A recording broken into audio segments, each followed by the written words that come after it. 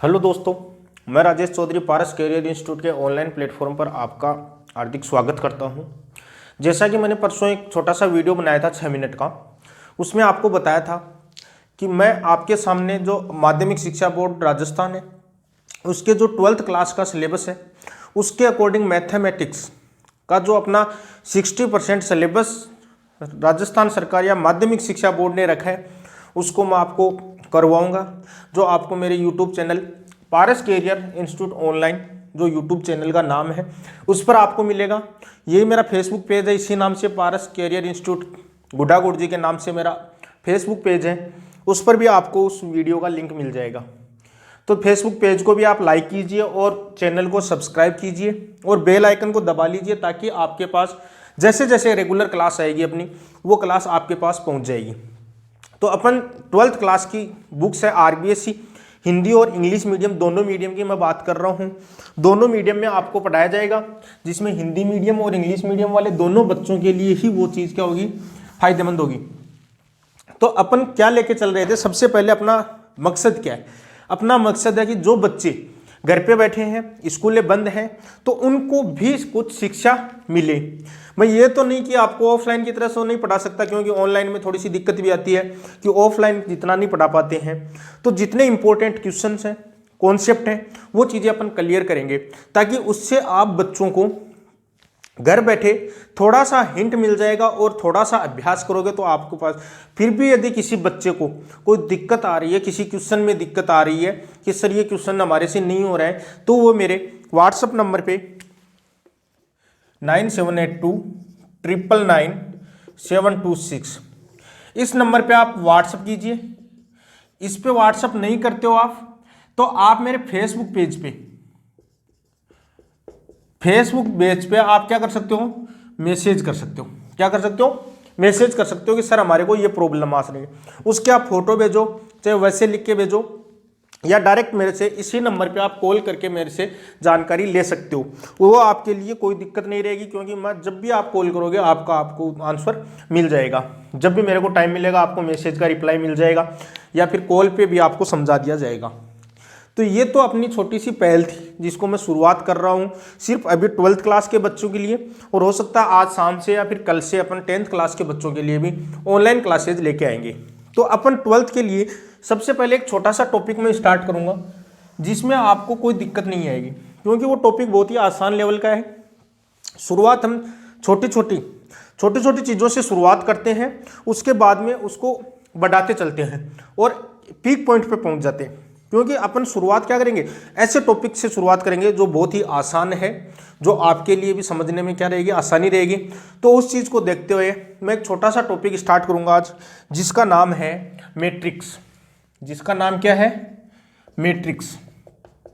ये chapter start करूंगा जिसको हिंदी वाले बच्चे बोलते हैं अव्यय। मैं बोल रहा हूं कि आप हिंदी वाले भी इसको क्या बोलो, मैट्रिक्स ही कहो, क्योंकि मैट्रिक्स वर्ड पढ़ने में आसान है और समझने में भी ज़्यादातर अपन यूज क्या करेंगे, मैट्रिक्स। हिंदी में भी कई बार यहाँ पर अव्यय की जगह डायरेक्ट लिखा हुआ मिल जाता है आपको मैट्रिक्स। इसलिए मैं कह रहा हूँ आपको कि आप किस पढ़ो, इसको मैट्रिक्स ही पढ़ो, वो आपके लिए क्या रहेगा, सही रहेगा। अब सबसे पहले चीज़ तो ये आती है अपने माइंड में कि मैट्रिक्स होता क्यों है, क्या होता है मैट्रिक्स, कैसे इसको रिप्रेजेंट करते हैं, मैट्रिक्स है क्या चीज़, वो चीज़ समझना जरूरी है। तो मैट्रिक्स के यूज है जब अपने को कोई चीज़ आती है, कोई चीज़ अपने समझ में आ जाती है, जिस चीज़ का नॉलेज होता है, फिर उसके बाद में अपन देखते हैं कि इसका उपयोग क्या होगा। जैसे छोटी सी बात मैं आपको बोलता हूँ, पहले अपने साइकिल चली थी, तो साइकिल चलाने से पहले अपने सोचा थोड़ी था क्या यूज होगा। पहले हमने साइकिल बनाई, फिर पता पड़ा कि एक स्थान से दूसरे स्थान पर जाने के लिए ये चीज़ उपयोगी है। तो कोई भी चीज़ अब पहले उसके बारे में सीखना पड़ता है, उसके बाद में ही अपने को पता पड़ता है कि इसका उपयोग क्या होगा। तो पहले अपन इसको सीखते हैं, फिर इसके उपयोग की बात करेंगे, क्योंकि उपयोग इसका हाई लेवल पे होता है और छोटे लेवल पे भी होता है। मैट्रिक्स का उपयोग है वो हर जगह होता है, जहाँ पर डाटाओं का एक संग्रह होता है उसको क्या होता है, मैट्रिक्स का उपयोग। किसी भी सारणिक दी हुई है या कोई भी अपने पास इक्वेशन दी हुई है, जो अपने पास लीनियर इक्वेशंस होती है, उनके सोल्व करने के लिए भी मैट्रिक्स का उपयोग किया जाता है, जो अपन पढ़ेंगे इन्वर्स मैट्रिक्स वाले, जो इससे आगे वाला जो टॉपिक होगा उसमें अपन पढ़ेंगे कि इन्वर्स मैट्रिक्स में, उसमें अपन इनका यूज भी पढ़ेंगे। तो सबसे पहले अपन देखते हैं कि मैट्रिक्स होता क्या है। मैट्रिक्स क्या है? तो मैट्रिक्स क्या है? मैट्रिक्स एक संख्याओं का क्या है, आयताकार समूह, यानी संख्याओं का एक व्यवस्थित अरेंजमेंट है। किन्हीं भी संख्याएं आपके पास दी हुई है, चाहे वो काल्पनिक हो चाहे वो वास्तविक हो, किन्हीं भी संख्याओं का एक अरेंजमेंट होता है, उसको क्या बोलते हैं? मैट्रिक्स, जिसको आयताकार रूप में, वर्गाकार रूप में रिप्रेजेंट किया जाता है। तो मैट्रिक्स क्या है? संख्याओं का एक व्यवस्थित विन्यास है, क्रम है या व्यवस्थित रूप है। तो ये तो है अपने पास मैट्रिक्स की डेफिनेशन, जिसका कोई यूज नहीं होता। ठीक है, तो मैट्रिक्स में लिख देता हूं संख्याओं का व्यवस्थित आयताकार विन्यास, विन्यास जिसको बोलते हैं आयताकार विन्यास, उसको क्या बोलते हैं? मैट्रिक्स। जैसे मैंने कोई संख्या ली 2 3 4 6 और इसको ऐसे आयताकार रूप में लिख दिया, तो ये क्या बन गई? एक मैट्रिक्स। ये क्या बन गई? एक मैट्रिक्स बन गई।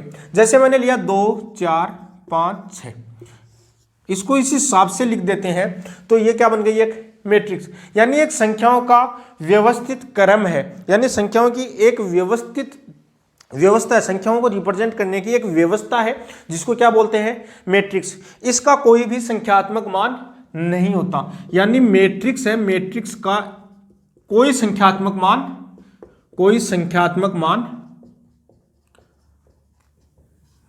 नहीं होता है। यानी मैट्रिक्स है, इसका कोई भी संख्यात्मक मान नहीं होता है, कोई भी वैल्यू नहीं होती है इसकी, कोई फिक्स वैल्यू नहीं होती है। जैसे अपने पास इसके बाद में आता है एक डिटर्मिनेंट आता है, उसकी एक संख्यात्मक मान होता है, लेकिन इसकी कोई भी संख्यात्मक मान नहीं होता। इसको इसी रूप में, यानी किन्हीं भी डाटाओं को या किन्हीं संख्याओं को आयताकार रूप में रिप्रेजेंट करने का एक तरीका है, वो क्या कहलाता है? मैट्रिक्स कहलाता है। ये चीज समझ में आ गई। अब सबसे पहले चीज आती है कि मैट्रिक्स को रिप्रेजेंट किससे करते हैं और मैट्रिक्स को कैसे रिप्रेजेंट करेंगे, किस हिसाब से अपन समझेंगे कि ये मैट्रिक्स की बात कर रहे हैं। फिर उसके बाद में पढ़ेंगे कि मैट्रिक्स के टाइप क्या है, कि कितने टाइप की मैट्रिक्स होती है। तो ये तो छोटे से डेफिनेशन से, जिसका कोई अपने को अभी कोई लेना देना नहीं है। अपने को काम क्या करना है? अपने को सीखना है कि मैट्रिक्स होता क्या है। जो इंपॉर्टेंट चीज है वो अपने को सीखनी है। तो मैट्रिक्स के बारे में अपने पास क्या क्या सीखना पड़ता है। अब मैट्रिक्स है, मैट्रिक्स के बारे में अपन अध्ययन कर रहे हैं, तो देखो मैट्रिक्स के बारे में सीखने के लिए अपन मैट्रिक्स का क्रम सीखते हैं। मैट्रिक्स को किस हिसाब से लिखा जाता है, तो वो चीज अपन सीखते हैं। देखना, मैट्रिक्स का क्रम,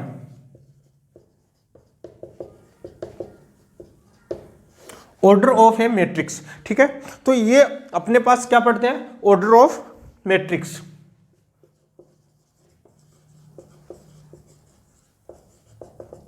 समझने की कोशिश करना। ऑर्डर ऑफ मैट्रिक्स का मतलब यह है कि कोई भी मैट्रिक्स आपके पास दी हुई है, उसका क्रम क्या होता है। ठीक है, उससे पहले मैं आपको बताना चाहूंगा, उसी में आपको देखो समझने की कोशिश करना। आपके पास ये हमने ए लिखा और इसके आगे कोई मैट्रिक्स लिखते हैं, यहां पर क्या लिखते हैं? मैट्रिक्स लिखते हैं। तो देखना, मैट्रिक्स को समझने की यही कॉन्सेप्ट है जो अपने को समझना बहुत ही जरूरी है, क्योंकि इस कॉन्सेप्ट के बगैर अपन इससे आगे नहीं बढ़ सकते। क्योंकि ये कॉन्सेप्ट यदि आपको समझ में नहीं आए तो आगे आपको बहुत बड़ी प्रॉब्लम का सामना करना पड़ सकता है। तो इसका मतलब क्या हुआ? मैट्रिक्स में क्या होती है? कुछ तो क्या होती है? रोज होती है, पंक्ति, इसको बोलते हैं रो या पंक्ति। और कुछ इस अपने पास क्या होते हैं? ऐसे स्तंभ होते हैं, तो इसको बोलते हैं अपन कॉलम या फिर इसको बोलते हैं स्तंभ, स्तंभ या कॉलम जिसको कहा जाता है। ठीक है, तो अपने पास दो चीज आती है, एक तो स्तंभ आता है और एक क्या आता है? रो आता है। ठीक है, एक स्तंभ आता है और एक क्या होता है? एक स्तंभ आता है और एक क्या आता है? रो आता है। ठीक है, तो इस चीज को अपन थोड़ा सा पढ़ते हैं। तो अपने पास एक तो स्तंभ आता है, एक क्या होता है? कॉलम आता है। देखना, थोड़ा सा सही लिख देता हूं।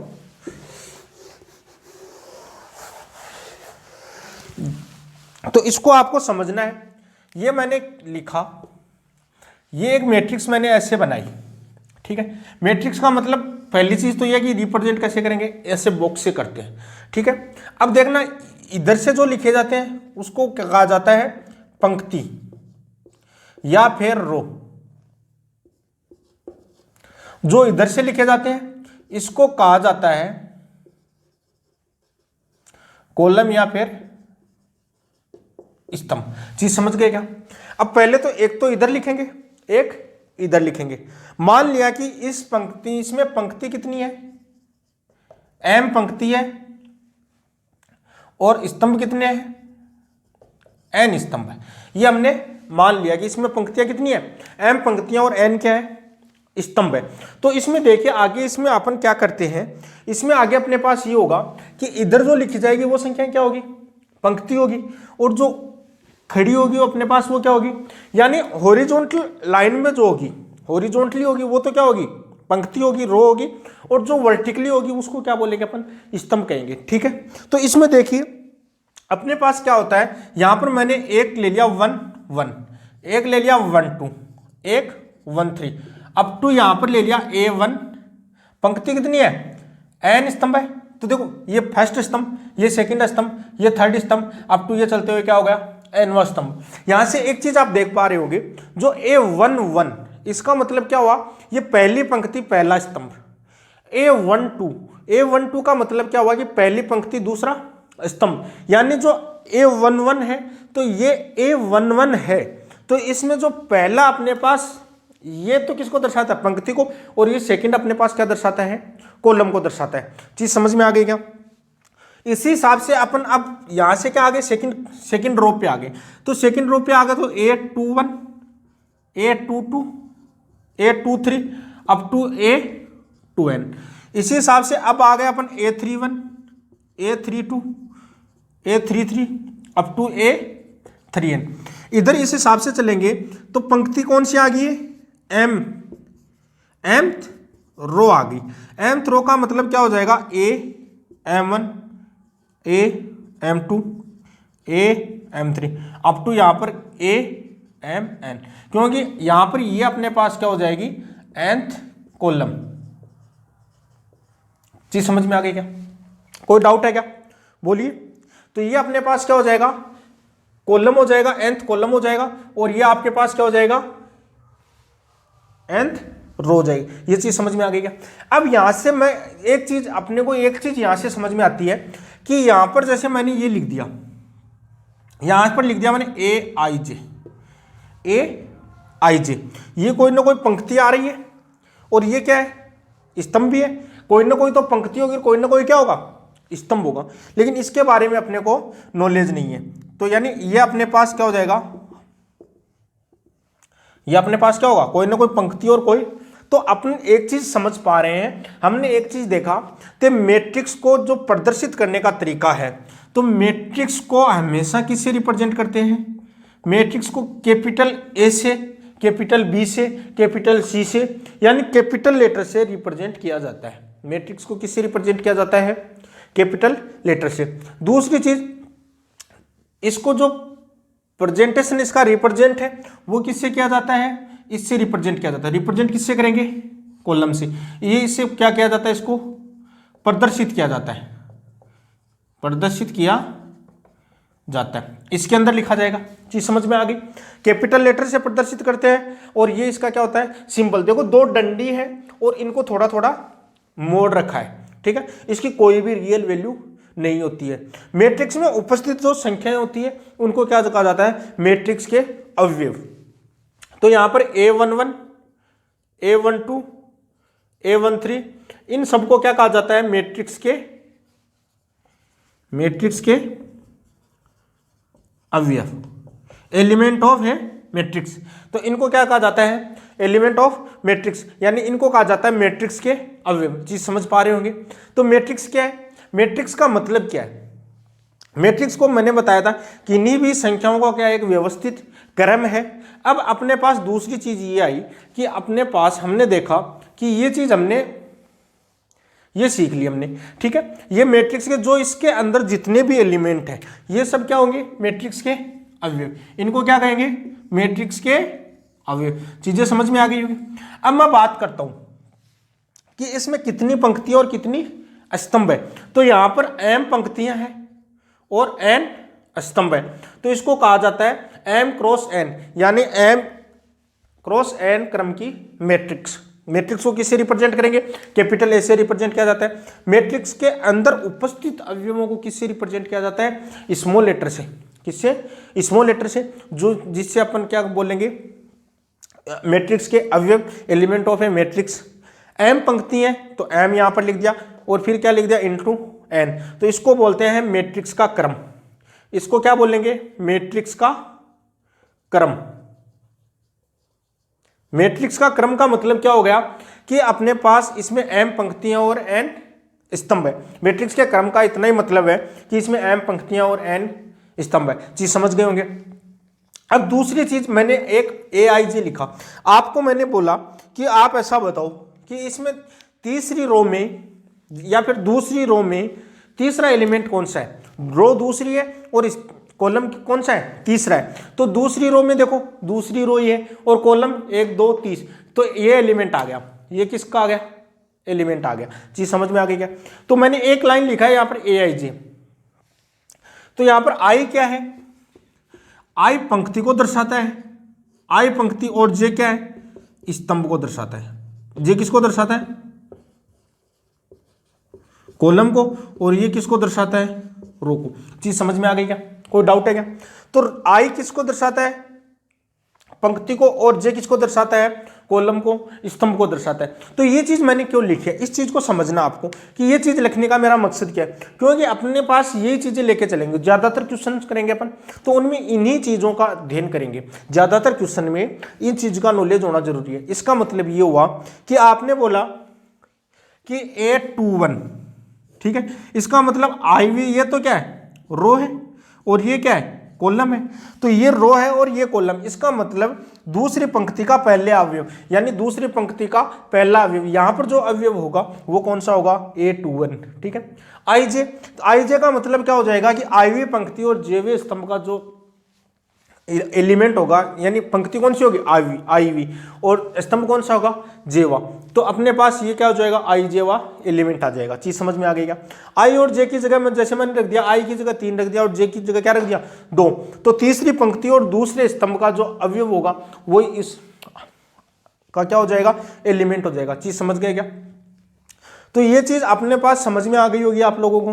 तो इसमें अपने को इतना ही समझना था कि मैट्रिक्स को किससे रिप्रेजेंट करते हैं? कैपिटल लेटर से रिप्रेजेंट करते हैं। मैट्रिक्स के अवयव को किससे रिप्रेजेंट करते हैं? स्मॉल लेटर से। जैसे मैंने क्या कर दिया? AIJ। AIJ क्या हो जाएगा? एक मैट्रिक्स का अवयव है जो IV पंक्ति में और JV स्तंभ में। चीज समझ गए होंगे। कोई डाउट है क्या? तो ये तो था अपने पास छोटा सा कॉन्सेप्ट था। अब ये कॉन्सेप्ट अपना क्लियर होने के बाद में अब अपन इससे आगे थोड़ा सा चलते हैं। एग्जाम्पल के थ्रू अपन सोचते हैं, समझते हैं कि अपने पास क्या क्या हमने सीखा है और किससे रिप्रेजेंट किया जाता है। तो ये चीजें अपन सीखते हैं। तो ये चीज आप नोट कर लीजिए, ठीक है। अब इसके बाद में देखना अपन, ये थोड़ी सी था अपने मैट्रिक्स को जानने के लिए। अब अपने पास इसके बाद में अपन थोड़ा सा देखेंगे कि क्या चीज है मैट्रिक्स में, को रिप्रेजेंट किससे करेंगे, मैट्रिक्स का क्रम किसको कहते हैं। तो उन चीजों का अध्ययन भी अपन करेंगे, देखना। देखिए, मैंने आपको बताया कि मैट्रिक्स होती है उसको किससे रिप्रेजेंट करते हैं? कैपिटल लेटर से। ए से रिप्रेजेंट कर दो, आपकी इच्छा, ए से कर दो, बी से कर दो, सी से कर दो, डी से, लेकिन लेटर क्या होना चाहिए? कैपिटल। किसी से भी रिप्रेजेंट कर सकते हैं। फिर मैंने लिखा कि AIJ, और यहां पर क्या लिख दिया? M cross N। चीज समझ में आ गई क्या? M cross N। तो I किसको रिप्रेजेंट करता है? पंक्ति को, यानी रो को। J किसको रिप्रेजेंट करता है? स्तंभ को, यानी कॉलम को। M नंबर ऑफ पंक्ति, पंक्तियों की संख्या, नंबर ऑफ रोज। और N क्या करता है? स्तंभों की संख्या को, यानी नंबर ऑफ कॉलम। तो ये तो अपने पास रिप्रेजेंट करता है नंबर ऑफ रो, और ये करता है नंबर ऑफ कॉलम। चीज समझ गए क्या? कोई डाउट है क्या? अब आपको क्वेश्चन में क्या पूछा जाता है क्वेश्चन अपने को यही समझना है यहां से, आई किसको, पंक्ति को, रो को रिप्रेजेंट करता है और जी किसको रिप्रेजेंट करता है, कॉलम को रिप्रेजेंट करता है। ये चीज अपने को पता है। दूसरी चीज एम, एम क्या है, एम पंक्तियों की संख्या, कि इसमें अपने पास मैट्रिक्स में कितनी पंक्तियां है। और एन किसको रिप्रेजेंट करता है, स्तंभों की संख्या, की इस मैट्रिक्स में कोई भी मैट्रिक्स दी है उसमें कितने स्तंभ है। चीज समझ गए, मैंने ये चीज बता दिया। तो ये इसका क्या होता है, जनरल फॉर्मेट होता है अपने पास। ये क्या होता है, एक इनका जनरल फॉर्मेट होता है मैट्रिक्स को रिप्रेजेंट करने का। उसमें आई पंक्ति को दर्शाता है कि कौन सी पंक्ति है, जे स्तंभ को दर्शाता है, और एम पंक्तियों की संख्या को, और एन स्तंभों की संख्या को रिप्रेजेंट करता है। इस चीज के बारे में अपने को पता है, हमने सीख ली ये चीज हमने सीख ली। जैसे मैं एक छोटा सा एग्जाम्पल लेता हूं। अब एक दूसरी चीज और आती है कि अपने पास मैट्रिक्स का क्रम, ऑर्डर ऑफ मैट्रिक्स,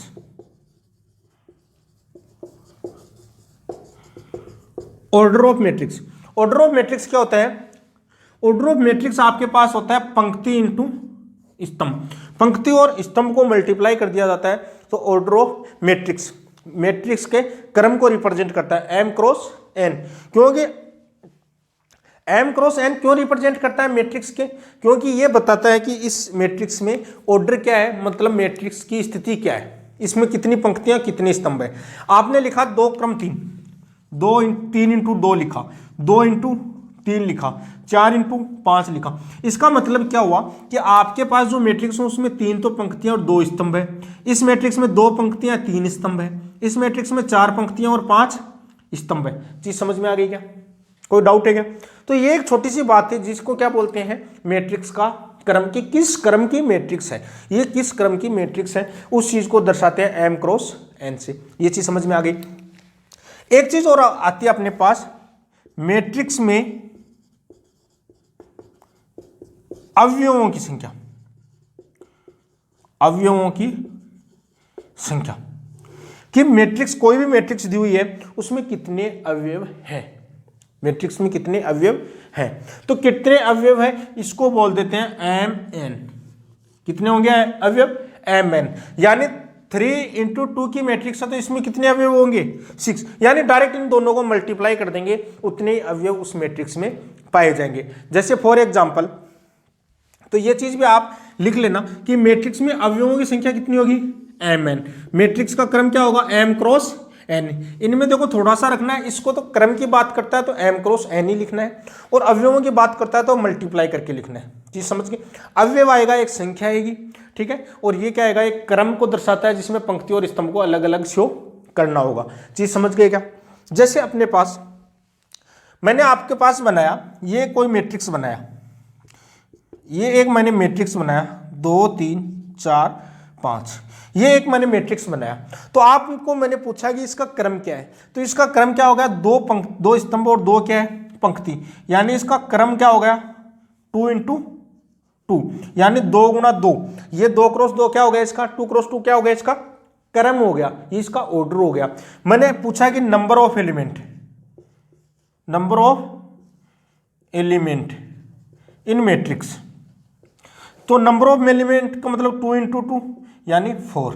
तो 4 ये क्या 1 2 3 4। इसका मतलब अपने जो सीखा वो चीज बिल्कुल सही है, जो हमने सीखी वो चीज क्या हो रही है, प्रूव भी हो रही है। ये चीज अपने को करना था, तो अपने पास ये चीज था। अब मैंने आपको पूछा, ये चीज आप सबने नोट कर ली होगी। इससे आगे अपन लेके चलते हैं। देखिए इससे आगे अपन लेके चलते हैं, इसमें एक छोटा सा कॉन्सेप्ट था वो मैं आपको और समझाता हूँ। ऑर्डर के बारे में आप समझ गए, मैट्रिक्स में उपस्थित अवयवों के बारे में समझ गए। अब ये आईजे वाली कहानी है ना, इसमें थोड़ी सी प्रॉब्लम आती है बच्चों को। आईजे वाली कहानी है उसमें प्रॉब्लम आती है, इसमें भी आपको प्रॉब्लम नहीं होगी। जैसे मैंने एक एग्जांपल लिया, ए इक्वस टू,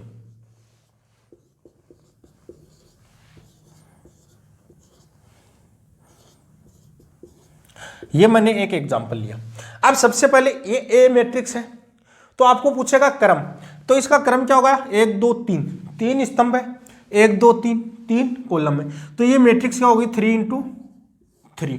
दूसरी चीज, यानी मैट्रिक्स का क्रम, सबसे पहले चीज आती है मैट्रिक्स का क्रम। ऑर्डर ऑफ मैट्रिक्स क्या होगा 3 इंटू 3। चीज समझ में आ गई। मैट्रिक्स में उपस्थित अवयवों की संख्या, मैट्रिक्स में उपस्थित अवयवों की संख्या, मैट्रिक्स में उपस्थित अवयवों की संख्या। देखो अपन यहां से तो काउंट भी कर सकते हैं, 1 2 3 4 5 6 7 8 9, यानी कितनी आ रही है 9, कितनी आएगी 9। लेकिन यहां से देखिए अपने पास क्रम जब पता है, m और n का पता है, तो इसका मतलब डायरेक्ट भी अपन कर सकते हैं 3 × 3 यानी 9, अपने को काउंट करने की जरूरत नहीं होती है। तो मैट्रिक्स का जो क्रम है उनको मल्टीप्लाई कर दिया जाता है, तो वो क्या होती है, मैट्रिक्स के उपस्थित अवयवों की संख्या को रिप्रेजेंट करते हैं। चीज समझ में आ गई। अब ये तो छोटी सी चीज थी जिसके बारे में हमने सीख लिया है। अब यहां पर अपने को क्या चीज सीखनी है, वो चीज देखनी है। अपने को यहां पर सीखना क्या है, वो चीज जरूरी है। अपने को सीखना क्या है कि मैट्रिक्स के बारे में हमने अध्ययन किया है छोटा सा, तो हमको यहां से सीखना क्या है, सीखना अपने को ये है, मैंने बोल दिया कि इसमें A23 बराबर क्या होगा, A23 का मतलब क्या हो गया कि देखना A23 की बात करता है, यानी पंक्ति कौन सी होनी चाहिए 2, यानी आपको पता है कि जो पहला लेटर है ये किसको दर्शाता है, पंक्ति को, और दूसरा किसको दर्शाता है, स्तंभ को, कॉलम को, यानी ये इसके रो को दर्शाता है और ये किसको दर्शाता है, कॉलम को दर्शाता है। तो दूसरी पंक्ति में तीसरा कॉलम है, तो दूसरी पंक्ति ये है और तीसरा कॉलम कौन सा है, ये। जहां पर दोनों आपस में क्रॉस होते हैं, यानी जहां पर दोनों क्रॉस होते हैं वही एलिमेंट क्या हो जाएगा, इसका ये हो जाएगा। तो ये एलिमेंट क्या हो गया 4। चीज समझ में आ गई क्या। मैंने आपसे पूछा कि A12 का मतलब पहली पंक्ति में चले इधर, दूसरा कॉलम 7, जहां पर क्रॉस कर रहे हैं वही उसका क्या हो जाएगा एलिमेंट। मैंने पूछा A33 का मतलब क्या होगा, तीसरी पंक्ति में चले और तीसरे कॉलम में, यानी जहां पर क्रॉस कर रहे हैं तो अपने पास क्या हो जाएगा 6। ये चीज समझ में आई क्या, अरे ये चीज समझ पा रहे होंगे आप। एक छोटा सा कॉन्सेप्ट है कि AIJ का मतलब क्या है कि J की जगह क्या रख, I की जगह 2, J की तरह 3। I क्या पंक्ति को दर्शाता है और J किसको दर्शाता है, स्तंभ को दर्शाता है। तो यानी दूसरी पंक्ति और तीसरे स्तंभ का जो अवयव, दूसरी पंक्ति में चले तीसरे स्तंभ में चले, जहां पर मिले वही क्या हो जाएगा, क्रॉस क्या हो जाता है अपने पास, उस मैट्रिक्स का वो एलिमेंट हो जाता है। चीज समझ में आ गई क्या, कोई डाउट है क्या। I और J, अब ये 3 और 3 क्रॉस 3, तो I की वैल्यू वो कभी 3 से ज्यादा हो सकती है क्या, I की वैल्यू कभी 3 से ज्यादा हो सकती है क्या, नहीं हो सकती।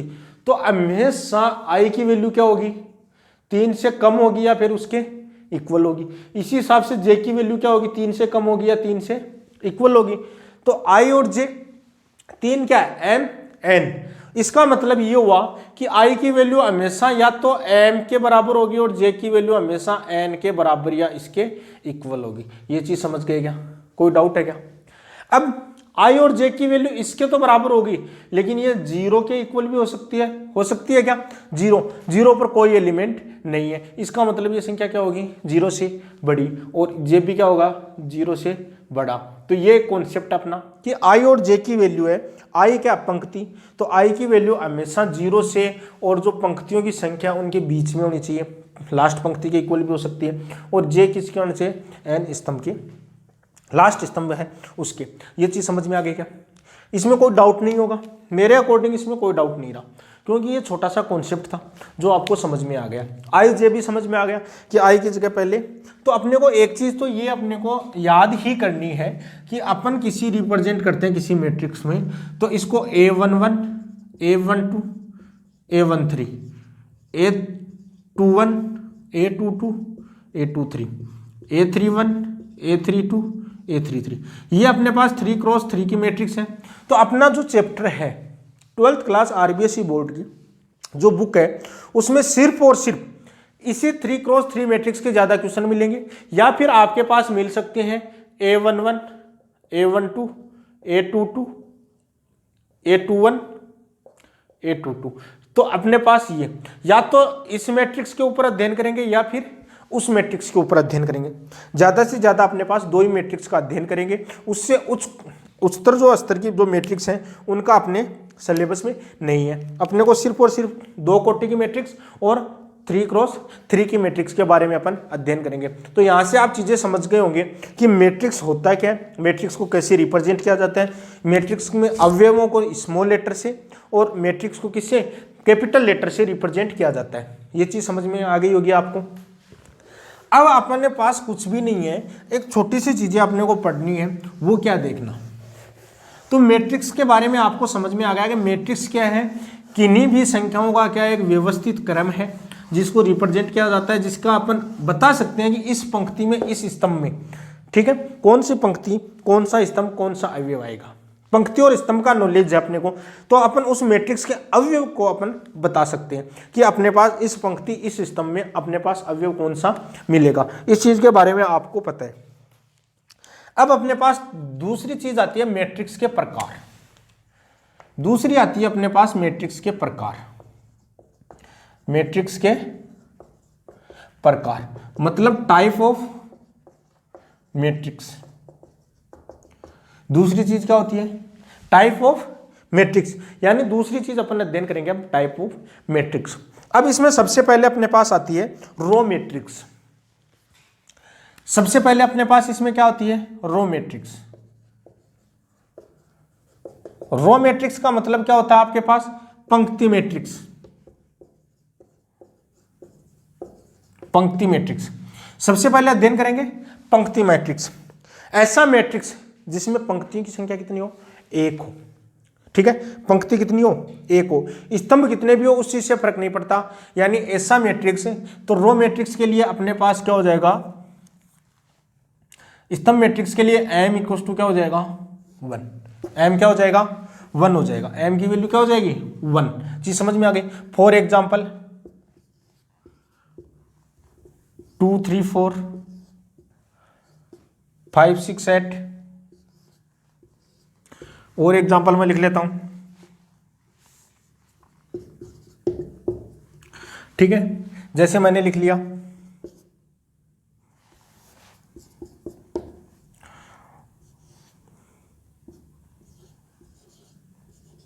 ये भी क्या है, रो मैट्रिक्स, जिसमें अपने पास ये देखो 1x3 की है, ये भी 1x3 की है, ये 1x4 का मैट्रिक्स है। जैसे अपने पास दूसरा एग्जांपल ले लेते हैं अपन 2 6, ये 1x2 का मैट्रिक्स, यानी पंक्ति की संख्या क्या होगी, एक होगी, स्तंभ की संख्या कितनी भी हो सकती है, उसको क्या बोलते हैं आप, रो मैट्रिक्स। इसको क्या बोलेंगे, रो मैट्रिक्स। तो चीज समझ में आ गई होगी आप लोगों को। आप लोगों को ये चीज समझ में आ गई होगी कि रो मैट्रिक्स क्या होता है। रो मैट्रिक्स का मतलब क्या होता है, जिसमें पंक्ति कितनी हो, एक हो, और स्तंभ कितने भी, उससे कोई फर्क नहीं पड़ता। रो मतलब रो आ रहा है, इसका मतलब पंक्ति क्या होनी चाहिए, एक होनी चाहिए, एम की वैल्यू क्या होनी चाहिए, 1 होनी चाहिए, उसको क्या बोलेंगे, रो मैट्रिक्स। चीज समझ में आ गई। फॉर एग्जाम्पल यदि अपन मैट्रिक्स फॉर्म में लिखें तो ए 1 रो और जे 1x इसको इस हिसाब से रिप्रेजेंट। अब जे की वैल्यू कुछ भी रख दो, जहां पर जे इक्वल टू क्या हो जाएगा, 1 2 3 अप टू कुछ भी रख दो, आपकी इच्छा है, जितने स्तंभ रखोगे उतनी ही अपने पास क्या हो जाएगी, और स्तंभ बनते जाएंगे, लेकिन पंक्ति हमेशा क्या रहेगी, एक ही रहेगी। ये चीज समझ में आ गई क्या, कोई डाउट है क्या। तो ये इसका क्या होता है, सिंपल फॉर्म में इसका क्या होता है, रिप्रेजेंटेशन होता है। चीज समझ में आ गई, कोई डाउट है क्या। इसको बोलते हैं रो मैट्रिक्स। अब दूसरी देखो, उसके बाद में दूसरी चीज आती है, आपने कुछ नहीं है, सिंपल सिंपल चीज है जिसके बारे में मैं आपको बता रहा हूं। इसमें ज्यादा टाइम नहीं लेंगे अपन, ये चीजें बहुत ही सिंपल है, ज्यादा आपको समझाने की जरूरत भी नहीं पड़ेगी। दूसरी चीज इसमें आती है कॉलम मैट्रिक्स, स्तंभ मैट्रिक्स जिसको बोलते हैं। तो आप समझ गए होंगे अभी, स्तंभ मैट्रिक्स लिखने का मतलब ही समझ गए कि n इक्वल टू क्या होना चाहिए, 1 होना चाहिए। इसका मतलब a इक्वल टू अपने पास क्या हो जाएगा, ai1 इंटू, अब देखो m कितना भी हो सकता है, लेकिन n क्या होना चाहिए, 1 होना चाहिए। फॉर एग्जाम्पल मैं आपके पास लेता हूं, फॉर एग्जाम्पल मैं लेता हूं आपके पास, पहला एग्जाम्पल लेता हूं, ये हो गया, स्तंभ एक है लेकिन पंक्तियां अलग अलग है, यानी अपने पास 3x1 का मैट्रिक्स है। जैसे मैंने ले लिया ये अपने पास क्या हो जाएगा, 2x1 1। स्तंभ एक है लेकिन कॉलम अलग अलग है। तो ये क्या हो जाएगा अपने पास स्तंभ मैट्रिक्स। स्तंभ मैट्रिक्स का मतलब क्या होता है, उसमें स्तंभ कितने होने चाहिए, एक ही स्तंभ होना चाहिए, चाहे कॉलम कितने भी हो, उस चीज से कोई फर्क नहीं पड़ता। ये चीज समझ में आ गई क्या, कोई डाउट है क्या? आगे देखो, अब इसके बाद में एक मैट्रिक्स आती है, बहुत अच्छा मैट्रिक्स है जिसके बारे में अपने को पता होना चाहिए, नाम से ही आपको पता चल जाएगा। उसके बाद में अपने पास नंबर 3 पर आती है वर्ग मैट्रिक्स। वर्ग मैट्रिक्स, स्क्वायर मैट्रिक्स, जिसको क्या बोलते हैं, स्क्वायर मैट्रिक्स। स्क्वायर मैट्रिक्स का मतलब क्या होता है, देखना स्क्वायर मैट्रिक्स कौन सी होती है। स्क्वायर मैट्रिक्स के लिए अपन देखो, स्क्वायर मैट्रिक्स के लिए अपने पास क्या हो जाएगा, m equal to n। m equal to क्या होगा, n। स्क्वायर मैट्रिक्स का मतलब क्या हुआ कि उनके अवयवों को मिलाने पर अपने पास क्या होना चाहिए, स्क्वायर बनना चाहिए। क्या बनना चाहिए, एक स्क्वायर बनना चाहिए, उसको क्या बोल देंगे, स्क्वायर मैट्रिक्स। जैसे फॉर एग्जांपल m और n क्या होगा, इक्वल होगा। तो जैसे अपने पास मैंने यहां पर ले लिया आपके पास, जैसे मैंने यहां पर ले लिया i equal to aij, m cross n है। तो m क्रॉस n, m और n क्या है, इक्वल है। तो यानी मैं इसको यदि ये कंडीशन है तो इसका मतलब m क्रॉस m, या फिर इसको लिख सकते हैं aij n क्रॉस n। चीज समझ में आ गई क्या? यानी स्तंभ और पंक्तियों की संख्या क्या होनी चाहिए, इक्वल। यानी स्तंभ और पंक्तियों की संख्या क्या होनी चाहिए, इक्वल। देखो थ्योरी नहीं लिखूंगा, बार बार नहीं लिखूंगा, आपको मैंने पहले समझाया कि m क्या है, पंक्तियों की संख्या, n क्या है, स्तंभों की संख्या। तो दोनों इक्वल होगी तो वो क्या होगी, स्क्वायर मैट्रिक्स। फॉर एग्जांपल मैं आपके सामने रिप्रेजेंट करता हूं, जैसे आपके पास 1 2 3 4, यह एक मैट्रिक्स है, यह है 2 क्रॉस 2, ये एक स्क्वायर मैट्रिक्स है। देखना इनको आपस में मिलाओगे तो आपके पास क्या बन रहा है, स्क्वायर बन रहा है। तो ये एक स्क्वायर मैट्रिक्स है। फॉर एग्जाम्पल मैं आगे लेता हूं 3 4 8 0 6 5 2 7 9, ये भी एक स्क्वायर मैट्रिक्स है क्योंकि 3 क्रॉस 3 का मैट्रिक्स है। चीज समझ में आ गई क्या? तो ऐसे जब एक स्क्वायर बनता है, इसका मतलब ये हुआ, कुल मिलाकर अपने पास बात ये बन के आती है कि जब पंक्तियों की संख्या और स्तंभों की संख्या इक्वल होती है। पंक्ति और स्तंभ, यानी पंक्ति कौन सी होती है, जो हॉरिजॉन्टली होती है, स्तंभ क्या होते हैं, जो वर्टिकली होते हैं। तो दोनों यदि इक्वल है, दोनों की संख्या क्या है, इक्वल है, कि जितनी पंक्तियां उतनी स्तंभ है, तो वो क्या हो जाएगा आपके पास, वर्ग मैट्रिक्स बनेगा। चाहे वो 4 क्रम 4 का हो, 5 क्रम 5 का हो, उस चीज से कोई फर्क नहीं पड़ता। ये चीज समझ में आ गई, कोई डाउट है क्या, बोलो? तो ये चीज आपको समझ में आ गई होगी कि वर्ग मैट्रिक्स का मतलब क्या हो जाएगा, पंक्तियों की संख्या और स्तंभों की संख्या क्या हो जाएगी, इक्वल हो जाएगी। चीज समझ में आ गई क्या, कोई डाउट है क्या, बोलो? कोई डाउट है क्या, नहीं है? अब आगे देखो, उसके बाद में अपने पास नंबर 4 पर आती है, नंबर 4 पर आती है अपने पास, वो देखना नंबर 4 पर आती है अपने पास, नंबर 4 पर अपने पास आती है विकर्ण मैट्रिक्स। नंबर 4 पर कौन सी आएगी, विकर्ण मैट्रिक्स। नंबर 4 पर कौन सी आएगी, डायगोनल मैट्रिक्स।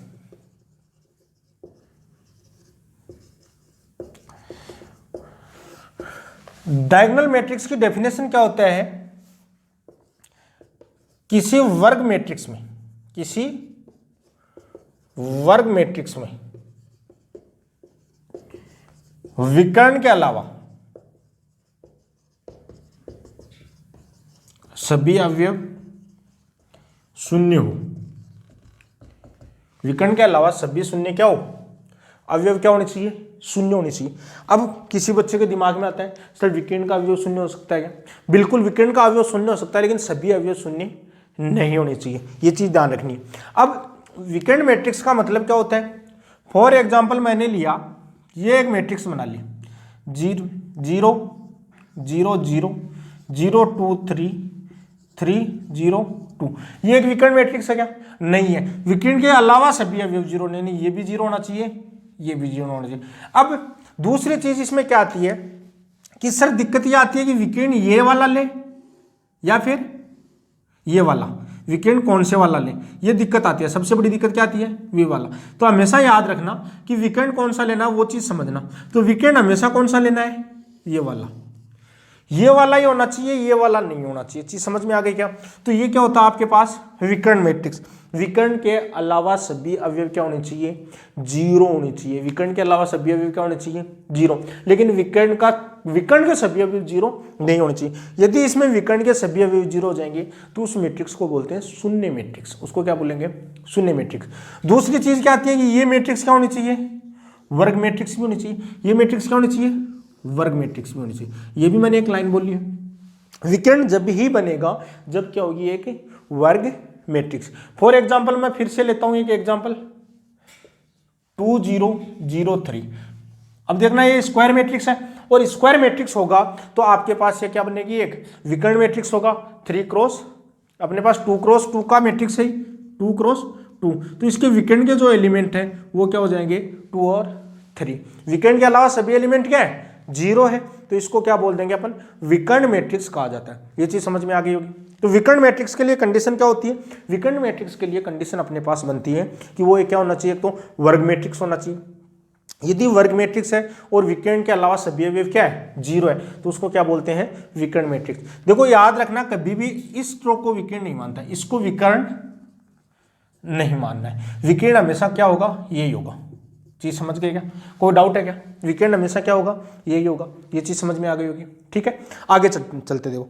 इसके बाद में अपने पास एक चीज आती है शून्य मैट्रिक्स। इसके बाद में अपने पास क्या आता है, जीरो मैट्रिक्स या नल मैट्रिक्स जिसको बोलते हैं, जिसको शून्य मैट्रिक्स कहा जाता है, नल मैट्रिक्स जिसको कहा जाता है। उसके बाद में अपने पास क्या आती है, उसके बाद में अपने पास क्या आती है, शून्य मैट्रिक्स। उसके बाद में अपने पास 4 नंबर पर अपने पास क्या आ गया, 5 नंबर पे शून्य मैट्रिक्स। शून्य मैट्रिक्स, शून्य मैट्रिक्स में अपने पास यानी नल मैट्रिक्स भी जिसको बोलते हैं, या फिर जीरो मैट्रिक्स कहा जाता है, मैट्रिक्स जिसको कहा जाता है। चीज समझ गए क्या। शून्य मैट्रिक्स का मतलब अपने पास क्या होता है, ऐसा मैट्रिक्स जिसके विकर्ण के सभी ऐसा मैट्रिक्स जिसके सभी अवयव क्या हो, जीरो। यानी सभी अवयव, मैट्रिक्स के सभी अवयव क्या होंगे, मैट्रिक्स के सभी अवयव जीरो। सभी अवयव क्या होंगे, जीरो। तो यानी अपने पास मैट्रिक्स ए इक्वल टू अपने पास ए आई जे है, ये क्या है, एम क्रॉस एन का है, जहां पर ए आई जे इक्वल टू क्या होगा, जीरो। ए आई जे कोई सा भी ले लो, हर एलिमेंट क्या होगा, जीरो होगा। उसको क्या बोलते हैं, शून्य मैट्रिक्स कहा जाता है। यानी हर एलिमेंट क्या होगा, जीरो होगा, उसको क्या बोलते हैं, शून्य मैट्रिक्स कहा जाता है। ये चीज समझ में आ गई होगी, कोई डाउट है क्या, चीज समझ में आ गई होगी। अब इसके बाद में अपने पास एक आगे और मैट्रिक्स आती है, कौन सी आती है, इसके बाद में आती है अपने पास अदिश मैट्रिक्स। इसके बाद में नंबर 6 पर अपने पास आती है एक अदिश मैट्रिक्स। अदिश मैट्रिक्स, अदिश मैट्रिक्स यानी स्केलर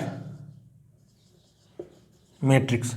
अब स्केलर मैट्रिक्स में अपने पास क्या होता है कि ऐसा वर्ग मैट्रिक्स जिसके विकर्ण के सभी अवयव क्या हो, समान हो।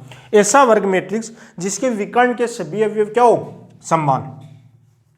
यानी ऐसा एक विकर्ण मैट्रिक्स है या फिर अपन वर्ग मैट्रिक्स है, विकर्ण के सभी अवयव समान, या फिर अपन बोल सकते हैं, इसकी सही डेफिनेशन है जो एक लाइन में अपने खत्म कर सकते हैं, वो क्या है कि विकर्ण मैट्रिक्स में, विकर्ण मैट्रिक्स में विकर्ण के अवयव समान हो। विकर्ण के अवयव क्या होने चाहिए, समान होना चाहिए। कोई भी विकर्ण मैट्रिक्स है उसके विकर्ण के सभी अवयव समान होते हैं, उसको क्या बोलते हैं, स्केलर मैट्रिक्स बोलते हैं, अदिश मैट्रिक्स बोलते हैं। फॉर एग्जांपल मैं आपके सामने लिखना चाहता हूं 3 0 0 0 3 0 0 0 3, ये क्या एक अदिश मैट्रिक्स है। एक दूसरा मैं मैट्रिक्स लिखना चाहता हूं -5 0 0 0 -5 0 0 0 -5। तो देखो इसमें विकर्ण के अवयव समान है क्या, देखो इसमें एक विकर्ण तो ये बन रहा है, ये समान है, और दूसरा विकर्ण इस वाले मैट्रिक्स में विकर्ण ये बन रहा है, तो इसमें भी वैल्यू क्या है, समान है। यानी विकर्ण के सभी अवयव क्या होने चाहिए, इक्वल होने चाहिए। विकर्ण के सभी अवयव इक्वल है तो उस मैट्रिक्स को क्या बोलते हैं, अदिश मैट्रिक्स बोलते हैं। यदि किसी मैट्रिक्स के विकर्ण के सभी अवयव समान होते हैं उसको क्या बोलते हैं, विकर्ण मैट्रिक्स कहा जाता है। चीज समझ में आ गई होगी, नोट कर लीजिए। उसके बाद में देखना, ये चीज समझ में आ गई होगी। उसके बाद में एक अपने पास एक और आती है इकाई मैट्रिक्स। उसके बाद में क्या आती है, इकाई मैट्रिक्स। इसके बाद में अपने पास आती है नंबर 7 नंबर पे आती है अपने पास इकाई मैट्रिक्स।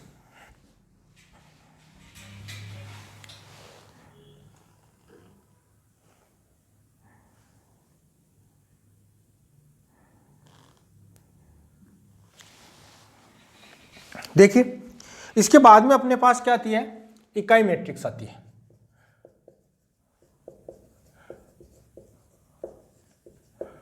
इकाई मैट्रिक्स, इसके बाद में अपने पास आती है इकाई मैट्रिक्स।